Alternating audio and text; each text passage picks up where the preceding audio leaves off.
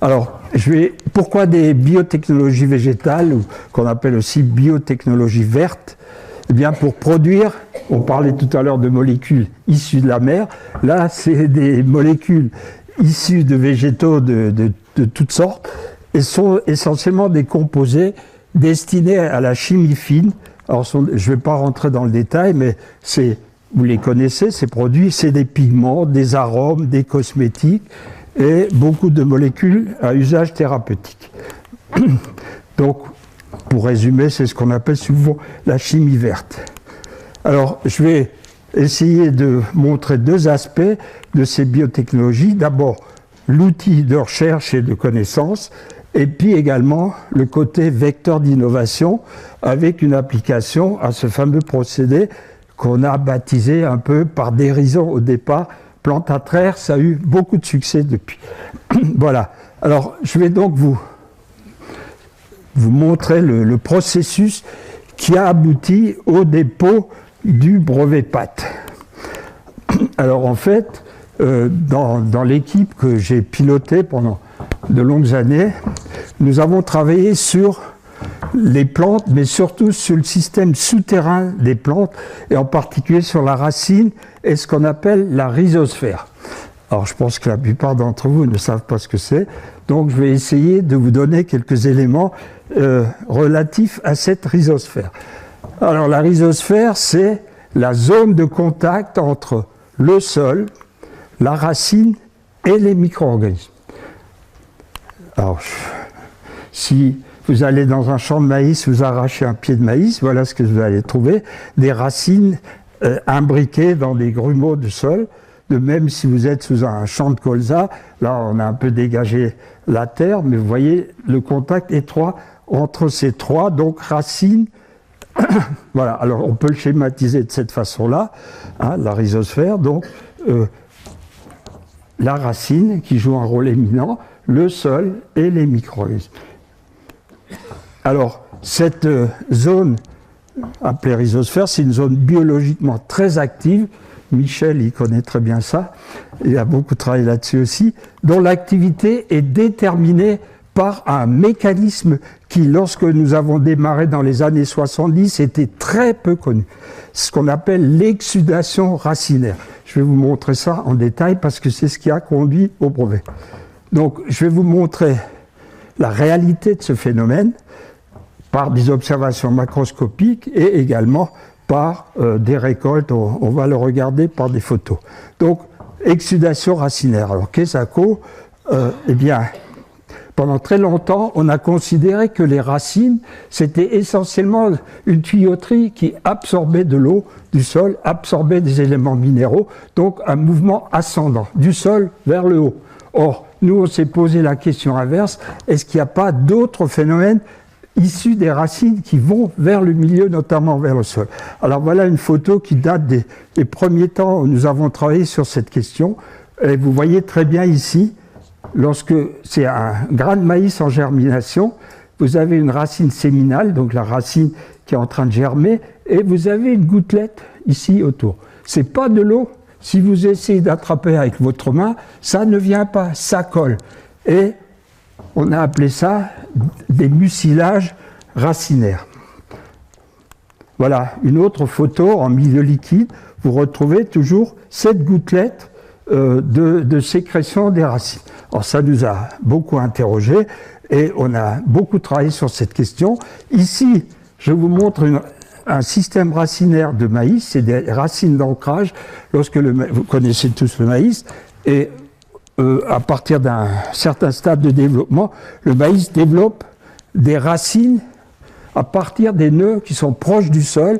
On appelle ça les racines d'ancrage, sont des racines de stabilisation, parce que le maïs est très haut, et pour qu'il ne tombe pas suite à des coups de vent, ben la nature a prévu des racines d'ancrage. Et au moment où ces racines d'ancrage sont en train d'être émises, lorsque le temps est favorable, notamment quand il y a une hygrométrie élevée, regardez ce manchon collant mucilagineux qui se retrouve autour des racines. On retrouve la même chose chez le sorgho. Parce que très longtemps, quand je parlais aux gens, même à l'INRA, même au patron de l'INRA à une certaine époque, parlait d'excrétion racinaire, me riait au nez. bon, je pourrais citer des noms. Alors, voilà, schéma de l'apex racinaire, très vite. Hein. La racine, elle est à l'extrémité de la racine, il y a ce qu'on appelle la coiffe. Cette coiffe, elle rejette des cellules vers l'extérieur, mais c'est surtout elle qui sécrète ce manchon collant qu'on a vu tout à l'heure. Ici, le méristème, ça c'est un lieu de développement très important des cellules qui vont générer les différentes assises cellulaires de la racine. On ne va pas rentrer dans le détail, je vous montre simplement, voilà, en coupe ce que ça donne. Lorsqu'on a une sécrétion notable, vous voyez là, la coiffe que je vous ai montré tout à l'heure, la racine avec sa coiffe, et puis cette formation importante de mucilage racinaire. Donc la racine, pendant sa période de croissance active, surtout dans les premières phases de développement, elle sécrète des produits organiques qui sont rejetés à l'extérieur. Alors on peut les récolter, voilà, on a mis au point des techniques qui étaient relativement simples pour doper un peu les racines qu'on a coupées au champ. Vous voyez l'importance ici, pardon, excusez-moi, j'étais trop vite. Ah, voilà, vous voyez ici la sécrétion en une nuit de composés organiques qu'on peut récolter. Alors les voilà récoltés dans des tubes à essai. Ensuite, on les a purifiés, je vous montrerai après. Alors ça, c'est des mucilages macromoléculaires, hein, figurés, là on peut les toucher sans problème. Alors on a essayé de voir si ces mécanismes étaient réels et qu'ils se produisent aussi en conditions stériles. On a donc mis au point un dispositif que vous voyez là, avec des tubes en verre, des billes en verre, un milieu liquide, tout est stérile, et des grains de maïs également préalablement stérilisés qu'on fait pousser sur ces tubes, les voyez en train de se développer. Eh bien, on a récolté dans les solutions les composés organiques et on a bien confirmé en conditions stériles la production de ces fameux exudats racinaires. Alors, tout à l'heure, vous les avez vus dans les tubes à essai. Là, je vous montre la réalité en lyophilisation. Tout le monde sait ce que c'est, la lyophilisation. Hein, c'est dessèchement sous vide par le froid. Hein. Les Allemands ont un mot qui est beaucoup plus parlant, ils disent que Friertrocknen. Et voilà du mucilage lyophilisé. Et vu en gros plan, voilà ce que ça donne. Donc on a une structure fibrillaire du mucilage. En fait, ce sont des chaînes, pour ceux qui ont des notions de chimie, des chaînes de polysaccharides. C'est des grandes chaînes polysaccharidiques qui forment ces mucilages racinaires. Donc retenez, c'est bien une réalité. Les racines relarguent dans le sol, et en particulier les céréales et notamment le maïs. Alors ces divers travaux ont permis... Alors on a mis au point des techniques, je ne vais pas vous en parler, sinon on y passerait la nuit. On a monté des chambres pour faire des marquages avec du carbone 14, on a utilisé des techniques très variées pour quantifier le processus d'exudation. On peut y revenir tout à l'heure, si vous voulez, en discussion. Donc on a réussi à quantifier les quantités qui sont rejetées. On a identifié la nature chimique des composés, hein, dans les exudats solubles et dans les exudats macromoléculaires, et ceci a permis de progresser de manière très importante dans les connaissances de ce qui se passe à cette fameuse interface sur la racine. Alors, juste pour mémoire, et je le dis aussi pour faire plaisir à Michel, il y a une intense vie bactérienne dans cette zone de contact entre la racine et le sol. Retenez bien le chiffre, de 10 puissance 8 à 10 puissance 10 cellules bactériennes par gramme de sol. C'est-à-dire plus que d'hommes sur la planète. Vous voyez ce que ça représente, hein, comment ça grouille autour des racines. Et donc c'est un énorme réservoir de biodiversité. Et au-delà, j'ai souvent présenté ces travaux à des géologues aussi, c'est le lieu de contact privilégié entre le vivant et le minéral. Bon, on a fait là aussi des études d'absorption sur argile, etc. Je ne vais pas vous en parler. Alors, parallèlement, on a mis au point des techniques de culture qui permettent une observation facile des racines et leur étude. Alors, on a mis au point un dispositif en 90 déjà, vous voyez, ce sont des caissons en plastique avec des supports ici et des trous qui vont recevoir les plantes.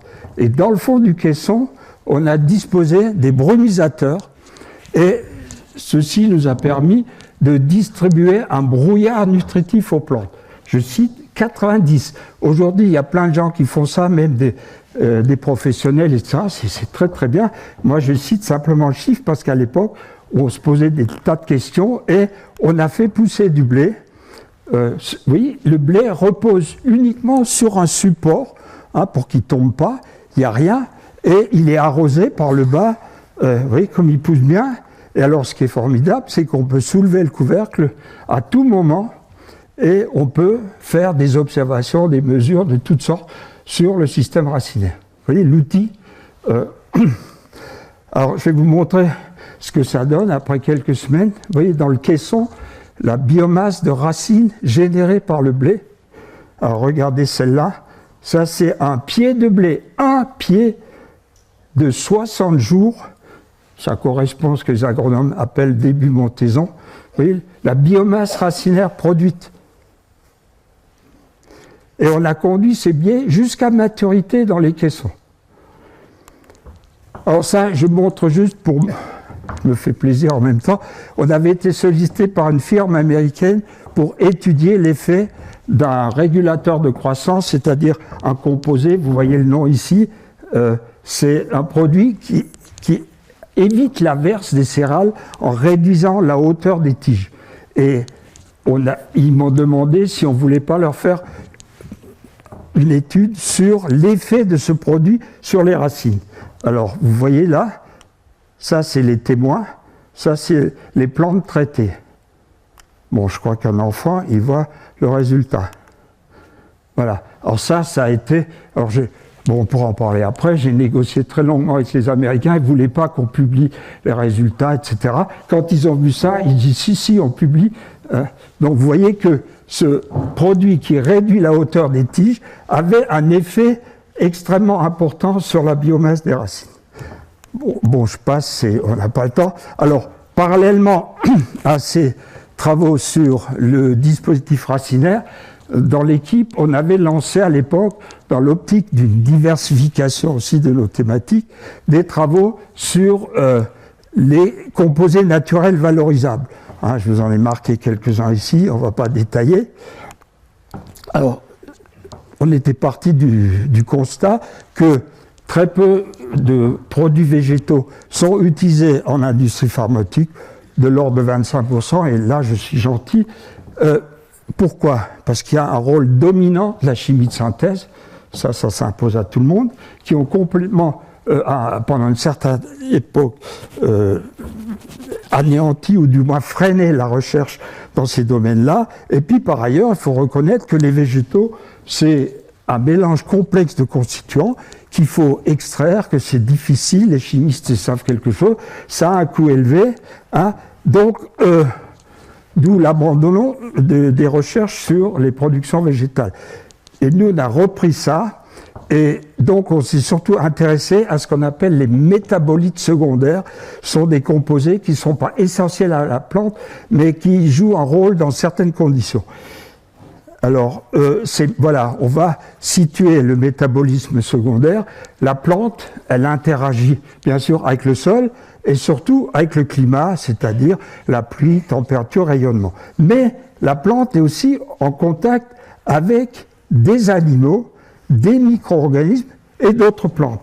Et c'est là qu'apparaît le rôle du métabolisme secondaire, à savoir que par rapport aux animaux, les plantes, souvent, elles génèrent des répulsifs ou inversement des composés qui vont attirer les animaux. Pour les micro-organismes, c'est pareil. Lorsqu'il y a une attaque d'une plante par des champignons parasites, etc., la plante élabore des phytoalexines, c'est des molécules qui déclenchent les réactions de défense. Et il y a aussi, inversement, et ça, les gens qui ont travaillé sur la fixation d'azote le savent très bien, la plante émet par les racines des molécules signales qui attirent les bactéries du sol.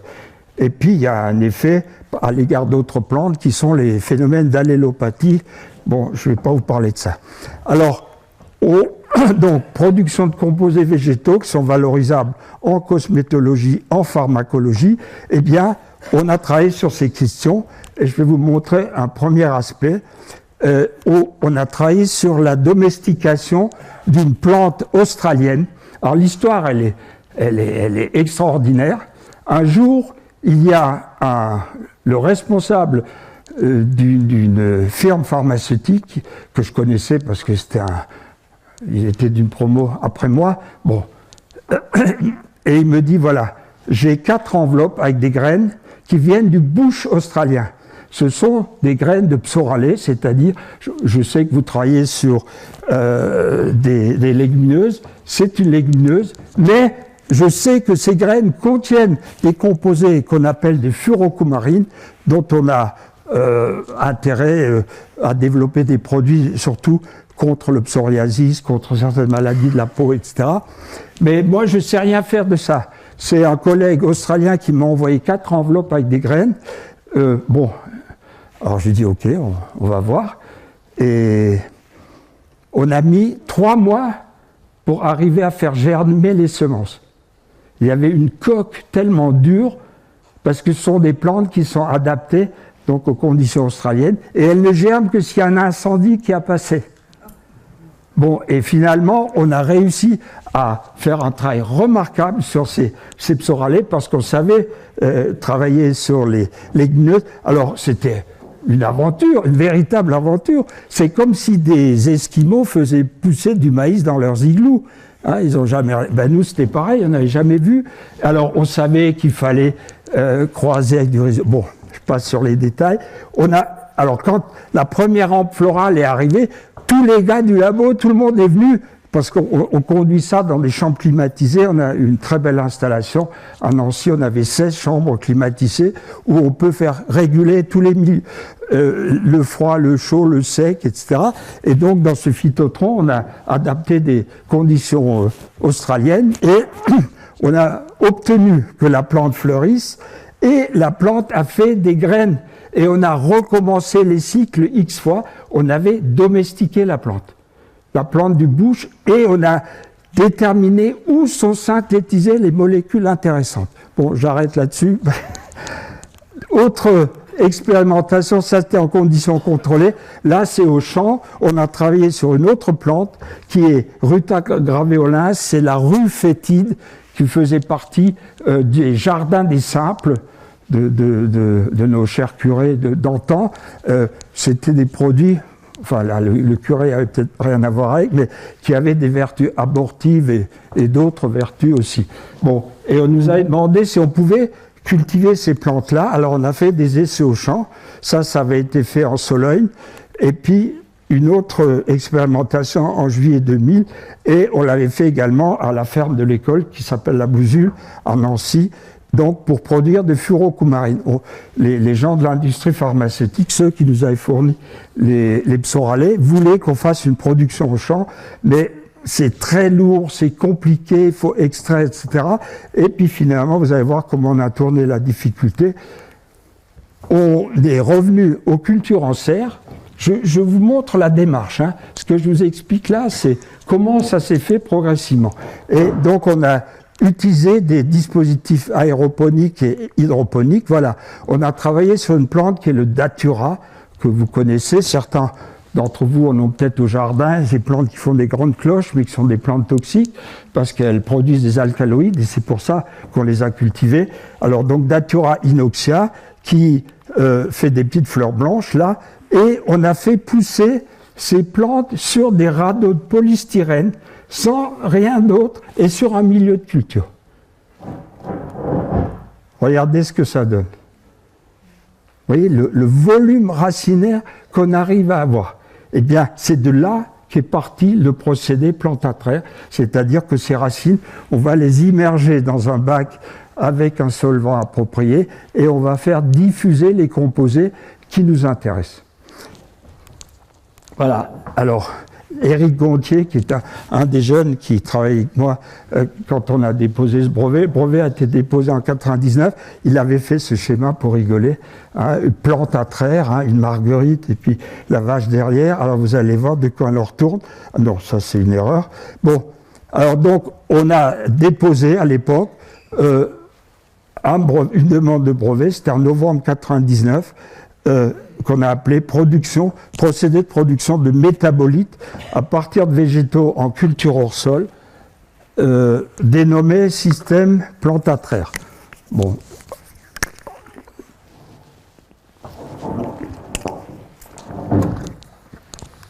Voilà, alors voilà de quoi il en retourne. Donc, vous avez vu tout à l'heure, les plantes sur leur radeau flottant, là, sur la solution nutritive. Ces plantes, on va éventuellement les traiter par stimulation, soit par ce qu'on appelle des éliciteurs. C'est des composés, on peut y revenir tout à l'heure si vous voulez, qui favorisent l'émission de ces métabolites. Ensuite, les plantes sont trempées dans un milieu qui contient un solvant. On va extraire les principes actifs, on va les analyser, et puis ensuite on a l'extrait brut, à partir duquel on va faire de la formulation de tout ce qu'on veut. Alors, là, je vous montre juste l'application aux alcaloïdes, à la production d'alcaloïdes par le datura. Alors, c'est pour produire, par exemple, de l'hyoscyamine ou de la scopolamine, qui sont des produits qu'on utilisait pour le traitement de certaines maladies dégénératives. Bon, alors, juste très vite, pour vous montrer, lorsqu'on plante la plante en pot, eh bien, on récupère rien. Dans le sol, on peut rien récupérer. Lorsqu'on fait simplement une culture dans un milieu liquide, voilà ce qu'on récupère. Là, on avait utilisé des précurseurs, mais je saute la case. Et lorsqu'on utilise le procédé PAT, regardez ce qu'on récupère dans le milieu. C'est-à-dire qu'on a 50% du contenu des racines qui est récupéré, et ici, en une seule récolte. Voilà. Et ce procédé a généré très vite, alors là, c'est plus moi, c'est les jeunes, notamment Frédéric Bourgault et Eric, qui ont fondé une start-up avec un ingénieur qui venait du privé. Et actuellement, c'est plus une start-up, c'est une société qui occupe une quarantaine de personnes. Il y a plusieurs pharmaciens, des chimistes, enfin tous les domaines sont représentés et vous allez voir à quoi ça compte. Voilà, donc voilà le procédé PAT qui a bénéficié du prix Pierre Potier en 2006, c'est le prix d'innovation en chimie au bénéfice de l'environnement, qui a bénéficié du trophée INP de l'innovation en 2010 et qui a eu bien d'autres distinctions, et en particulier dans le cadre de la COP 21, PAT a été primé par l'INPI pour l'innovation verte. Alors voilà, regardez bien, voilà comment ça marche. Vous voyez, il y a un système de pulvérisation là, on va le voir mieux tout à l'heure. Alors, à partir de là, les gens de la start-up, enfin les jeunes qui étaient mes élèves, mes doctorants, ont travaillé sur tous les végétaux possibles qu'ils ont trouvés. Voilà, donc ils ont étudié la diversité végétale en vue de la production de principes actifs, de molécules d'intérêt. Alors je vais vous en montrer quelques-unes. Ils ont étudié de l'ordre de 800 espèces qu'ils ont testées. Voilà le jasmin du Cap qui a une activité, des composés qui ont une activité anti-inflammatoire. Ça c'est la campanule à grande fleur, le platycodon qu'on trouve acheté dans les jardineries, qui élabore des saponines qui ont des vertus variées. J'en ai mentionné une, par exemple le blanchiment de la peau. Hein, il y a notamment des dames originaires d'Afrique ou d'ailleurs, qui ont envie de se dépigmenter, etc. Voilà. Alors ça, c'est une manip très intéressante. Regardez le dispositif en serre avec les racines, oui, ici, qui sont uniquement arrosées. Il y a une bâche pour recouvrir, pour que la lumière ne touche pas les racines. Et c'est le système ici qui assure la brumisation. C'est une culture de réglisse. La réglisse, c'est une légumineuse, hein, vous voyez les petites fleurs ici, Et la réglisse a des effets anti-inflammatoires, en particulier, elle joue sur la muqueuse gastrique. Et les Chinois considéraient d'ailleurs la réglisse comme un élixir de longue vie.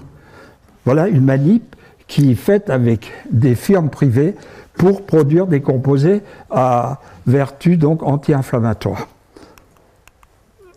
Ici, une autre approche très intéressante qui a permis de sauver un IF hybride de l'arboretum de Chèvreloup. Pourquoi ça a un intérêt?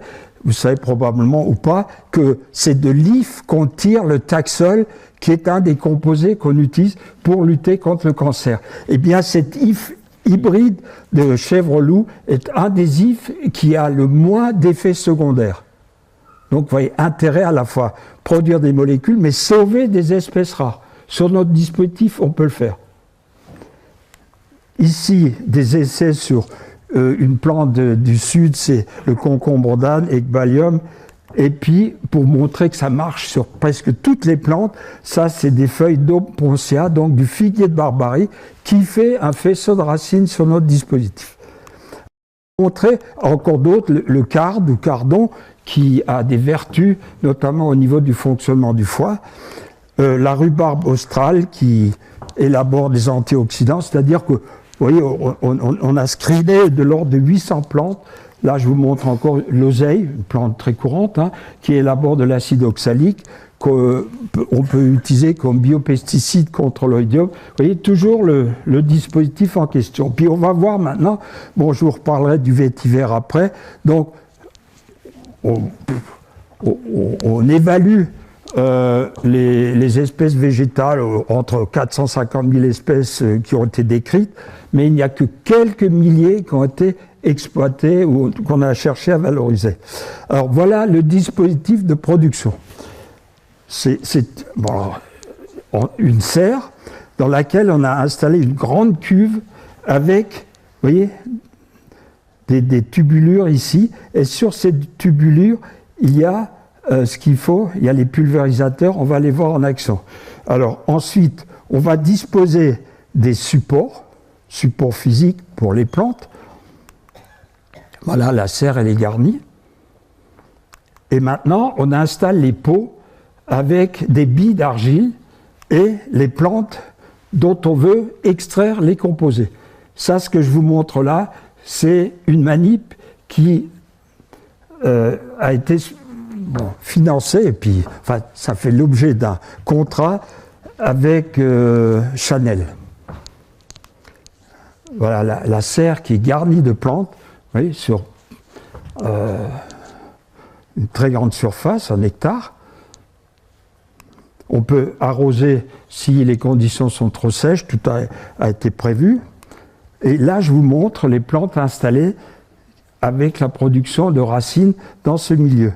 Oui, comment elles poussent bien dans ce système aéroponique.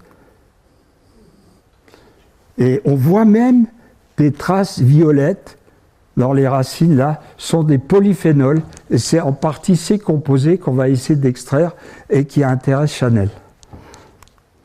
Voilà le système, là vous le voyez très bien, la brumisation, vous voyez, hein, on envoie le brouillard nutritif. Alors toutes les 3 minutes, il y a une brumisation de 30 secondes. Et ça vous fait des racines comme ça. Et donc ces racines sont ensuite plongées dans un bac contenant un solvant organique, pas trop agressif, et on extrait le produit et on recommence l'opération. Vous voyez la maîtrise qu'on a acquis de conduite de ces racines. C'est le seul dispositif de ce type-là au monde. Hein. On a été les précurseurs complets. Alors, c'est pour ça que le brevet est extrêmement important. Voilà, vous voyez, regardez le bel état de ces racines, on les immerge, et après ce qu'on peut faire, dans certains cas, on peut les couper, enfin ça c'est un problème à part. Voilà, alors, voilà où ça aboutit. 2014, premier produit en vente, et ça a démarré par les États-Unis, d'une gamme de Chanel, que Chanel a appelé Lift, un produit anti-rides. Alors, je vous ai montré tout à l'heure à vétiver, ça aussi c'est une plante très intéressante. C'est une plante qui intéresse beaucoup l'industrie des parfums pour la production de fragrances de qualité supérieure. Hein, voilà, regardez la biomasse de racines qu'on arrive à produire dans nos dispositifs. Voilà, ça c'est Benoît Mignard, un des jeunes qui a beaucoup contribué au développement de la société, qui maintenant est parti parce qu'on lui a proposé un poste important dans le sud, mais bon, ça n'a pas... Au contraire, c'était pour lui une très bonne opération. Voilà. Alors, avantage de ce procédé, eh bien, récolte renouvelable, vous comprenez maintenant pourquoi plante à traire, accès facilité à des composés à haute valeur ajoutée, issus notamment de plantes rares ou de plantes protégées, puisque nous, on sait les conduire, on sait les multiplier, etc., sur notre dispositif. On peut augmenter les rendements de production par ce qu'on appelle l'élicitation, on pourra en redire un mot tout à l'heure. Et puis, pour les chimistes ou les gens qui doivent transformer ces molécules, ben c'est du pain béni, parce qu'il n'y a pas de séparation, d'extraction à faire à partir du végétal, puisque les composés sont en solution dans un solvant, un solvant qui permet une solution des matières organiques, hein, et donc pour le chimiste, c'est formidable. Et bah, monter en échelle, vous avez vu, on peut faire ça sur un pilote de 15-20 plantes, et puis on peut faire sur des milliers de plantes. Alors, je veux juste... Vous avez encore un peu de courage, oui? Ça va? Bon, alors, je vais vous montrer d'autres perspectives de ces dispositifs-là. D'abord, il y a tout un volet qui est en train de s'ouvrir, pas nouveau, mais qui devient crucial, c'est la découverte de biopesticides pour éviter de traiter avec des molécules de synthèse, etc. Et là, Pat a noué une liaison très forte avec BASF dans le cadre de la région Lorraine. Enfin, c'est un partenariat officiel pour essayer de mettre au point des molécules issues de végétaux qui permettent de lutter contre des champignons, etc., ou d'autres parasites. Bon, donc voilà, j'ai précisé, lutte contre pathogènes et ravageurs à l'aide de composés d'origine végétale. Bon, alors un des candidats, je vous le remonte parce qu'on l'a vu tout à l'heure, ben, ça peut être vétiver, qui a une biomasse de racines très importante et qui, dans cette biomasse, élabore des composés qu'on peut utiliser, d'une part, pour le côté fragrance, donc pour faire des parfums, mais qu'on peut utiliser aussi comme biopesticides. Alors, c'est des champs d'investigation absolument prodigieux, ça donne un nouvel élan.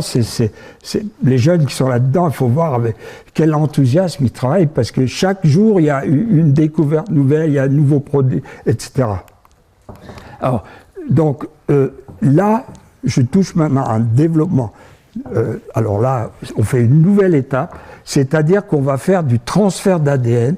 On a un modèle, on va essayer encore d'aller plus loin. Et on va essayer de produire des protéines recombinantes, c'est-à-dire des médicaments.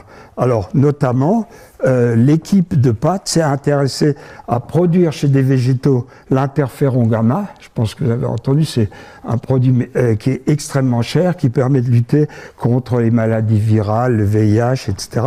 Et également une deuxième protéine qui est le facteur intrinsèque de Castle, qui permet notamment l'absorption de la vitamine B12 qui peut être extrêmement cruciale. Donc, deux types de protéines qu'on va essayer de produire. Alors, comment? Eh bien, au lieu d'utiliser l'excrétion par les racines, les Frédéric Bourgault et les jeunes de l'équipe de Pat, ils ont pensé aux plantes carnivores. Et ils ont déposé un brevet en 2006. Alors, voilà, je vous montre le principe. Ça, c'est des expérimentations sur la Drosera du Cap. Vous connaissez tous, je pense, les Drosera. Voilà, ça, c'est des photos que j'ai faites en macro pour vous montrer les poils glanduleux. Et l'idée, les chercheurs, ils ont toujours des idées. L'idée, on ne va pas leur faire cracher par les racines, on va leur faire cracher les médicaments par les poils glanduleux. Bon, alors, donc, on a fait une transformation génétique des plantes carnivores, par injection d'ADN modifié, ça nous prendrait la soirée, je ne vais pas vous raconter ça en détail, et on va récupérer les médicaments, les molécules, les protéines médicamenteuses à l'extérieur de la plante au niveau des poils. Alors, comme modèle, c'est génial. Eh bien, ça marche. Alors, est-ce qu'elles sont réellement excrétées?